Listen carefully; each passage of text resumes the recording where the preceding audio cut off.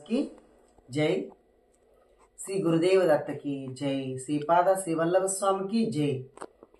ఈరోజు నేను మాట్లాడే టాపిక్ ఆరోగ్యమే మహాభాగ్యం, సంతోషమే సగం బలం అనే దాని గురించి మాట్లాడుకుందామా?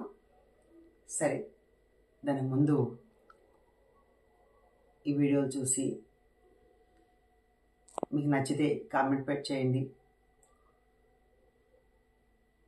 ఎందుకంటే రోజు చూస్తున్నా, రోజు చెప్తున్నాను, ఫస్ట్ నుంచి చివరి దాకా తప్పకుండా చూడండి. అలా మీరు ఏదన్నా కామెంట్ పెడితే నాకు చెప్పేవాళ్ళు కూడా సంతోషంగా ఉంటుంది కదా, అందుకని ఇంకేం కాదు. సరే, ఆరోగ్యమే మహాభాగ్యం. డబ్బులు ఉండొచ్చు, ఆస్తులు ఉండొచ్చు, అంతస్తులు ఉండొచ్చు, ఏమైనా ఉండొచ్చు, మనకి ఆరోగ్యం లేకుంటే అవన్నీ ఉన్నా కూడా వృధానే అన్నమాట. అవన్నీ ఉండాలంటే మనం ఏం చేయాలి? సంతోషంగా మనం ఎప్పుడూ జీవించాలి. ఎలా జీవిస్తాం? ఈ యొక్క కలియుగంలో, అంటే ఇప్పుడు ఉన్న పరుగుల జీవితంలో సంతోషంగా ఉండగలుగుతామా? టెన్షన్స్ లేకుండా బతకగలుగుతామా? బతకలేం. కానీ మనము కావాలని మనం కొని తెచ్చుకుంటున్నాం బాధలు.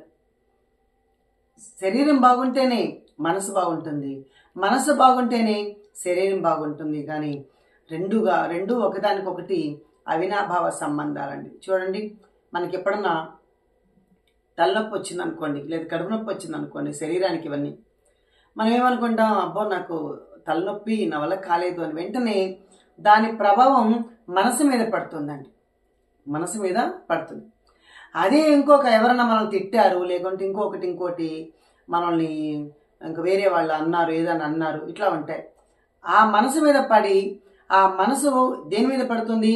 శరీరం మీద పడుతుందండి. అంటే రెండిటికి తప్పనిసరిగా అవినాభావ సంబంధం ఉంటుందన్నమాట. సంతోషంగా ఉండాలి, ఆరోగ్యంగా ఉండాలి. ఆరోగ్యంగా ఉండాలంటే ఆరోగ్యమైన వస్తువుల్ని మనం తినాలి. ఎప్పుడు చూసినా కొంతమంది ఆరోగ్యం బాగుంటుందని తింటూనే ఉంటారండి. చాలామంది అది తినాలి, ఇది తినాలని తింటూ ఉంటారు. కాదు, నీ శరీరానికి ఎంత అవసరమో అదే అడుగుతుంది. నీకు ఆకలి వేస్తే నీకు ఆ పొట్టే అడుగుతుంది, నాకు ఇది పెట్టు, ఆకలి అని అడుగుతుంది. అప్పుడు మాత్రమే తినాలి. ఆకలి లేకుండా టైం కోసం అనేసి మనం ఏదో తినేయాలని తినకూడదండి. ఆకలి వేస్తేనే తినాలి. మనం సన్నగా అయిపోతామా, లావుగా అయిపోతామా, అయ్యో నీరసం వస్తుంది, ఇవన్నీ మనకు ఆలోచనలు. ఏమీ రాదు. నీ బాడీకి ఏం కావాలో దానికి తెలుసు. కాబట్టి మనం అది ఇది పద్దాకా మిషన్ లాగా వేసేయకూడదండి. దానికి గ్యాప్ ఇవ్వాలి ఎప్పుడు. అలాగే మనం మంచినీళ్ళు తాగాలి. పొద్దుట లేస్తే చాలామంది కాఫీలు పోసేసుకుంటాం. పొద్దుట లేస్తే కాఫీ కాదు, చక్కగా మనం ఒక 2 గ్లాసులు గోరువెచ్చటి నీటిని తాగాలి. తర్వాత మళ్ళీ కొంతసేపు గ్యాప్ ఇచ్చి మళ్ళీ మనం ఒక 2 గ్లాసులు వాటర్ తాగలేమని తెలిసినట్టువే. అయినా సరే నాకెందుకో చెప్పాలనిపించి చెబుతున్నాను అనమాట. అందరూ చాలామంది, కొంతమంది తాగరు. నేనే తాగేదాన్ని కాదు, నాకు తెలిసినా కూడా నేను తాగేదాన్ని కాదు. ఎప్పుడైతే అనారోగ్యం వస్తుందో, అమ్మో లేదు ఖచ్చితంగా తాగాల్సిందే అని అప్పుడు మనం కాఫీ మీద విరక్తి కలిగి, లేదా టీ మీద విరక్తి కలిగి, మనకి మంచినీళ్ళు దాహం వేయదు. పొద్దున్నేస్తే ఎవరికైనా దాహం వేస్తుంది, వేయదు. కానీ మంచినీళ్ళు తాగాలి. ఎట్లా మనం అయితే బయటికి స్నానం చేస్తామో అది కూడా మనకి లోపల వెళ్ళి బాడీ ఎంత క్లీన్ చేస్తుందండి వాటర్.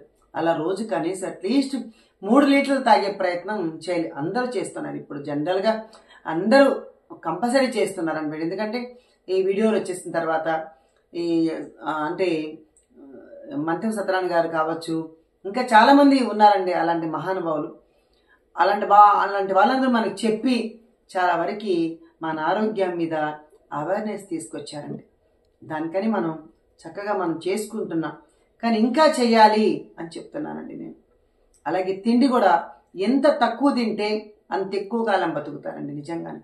అంటే తిండి కోసమే మనం బతకూడదు, బ్రతకడానికి మాత్రమే తినాలండి. మనం చాలామంది తిండి తినకుండా నీరసం వచ్చేస్తుందని మనం బాధపడతాం. అస్సలు ఏమీ రాదు. మీరు 4 రోజులను తిండి లేకుండా ఉండండి, ఏమీ రాదు. కానీ నీళ్ళు తాక్కుంటే మనం ఉండలేమండి. కంపల్సరీ నీళ్ళు తాగాలి.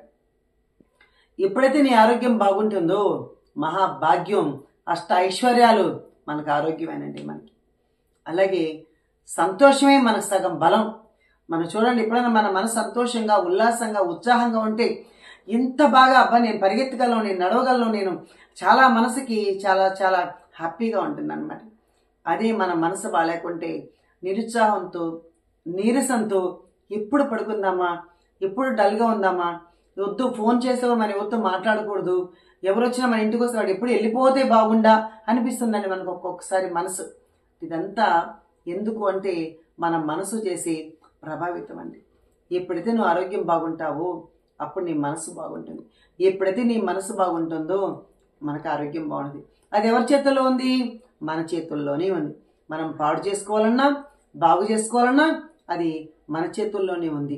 కాబట్టి ఎప్పుడు నవ్వుతూ, నీకు ఇష్టమైన, ఎలా నవ్వాలి, నీకు ఇష్టమైన వాళ్ళతో మాట్లాడు, నీకు ఇష్టమైన టీవీతో ఎంజాయ్ చేయి, నీకు ఇష్టమైన భగవంతునితో ఎంజాయ్ చేసి పారాయణ చేసి లేదా ధ్యానం చేసుకో.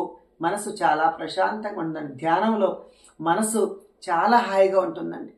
ఎప్పుడు మనసు హాయిగా ఉంటుందో అప్పుడు ఆరోగ్యం ఆటోమేటిక్గా బాగుంటుందండి. చాలామంది సన్నగా అయిపోయినావు, లావుగా ఉన్నాం, మనం ఇది ఎంత రోజు చర్చించుకుంటాం. సన్నగా లావుగా క్వశ్చనే కాదండి, ఆరోగ్యం బాగుంటే చాలు అనుకోవాలండి మనం ఇప్పుడు. కాబట్టి మనందరం సాయిరామ్ అందాం, అందరూ హాయిగా మనం ఉందాం. సద్గురు సాయినాథ్ మహారాజ్కి జై మా.